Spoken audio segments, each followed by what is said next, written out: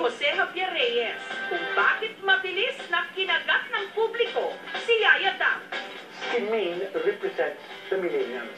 She is the perfect personification of the millennials.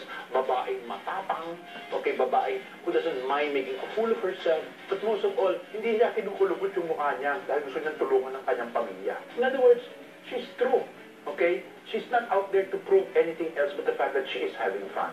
And I think that is what makes her so different from all the rest. Napakasimple daw kasi nito.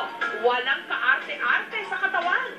Malaki rin daw ang naitulong na isa siyang yaya sa kalye-serye na pinakilid ng kanyang Prince Charming na si Alden. Akala ko may bubulong. Parang fairy tale. Kwento ni Cinderella.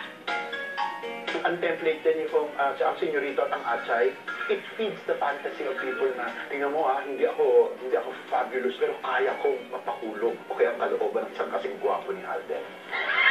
Pero hindi naman pala na pulak-pulak Alam mo, ito pa nagpapatunay dito, something napakasimple. Sa mga panahon na ito na half of your life is you're stuck in traffic. Half of your life you're thinking of political problems. It's so great to feel a little bit of romance, okay, to make life a little bit simpler and happier.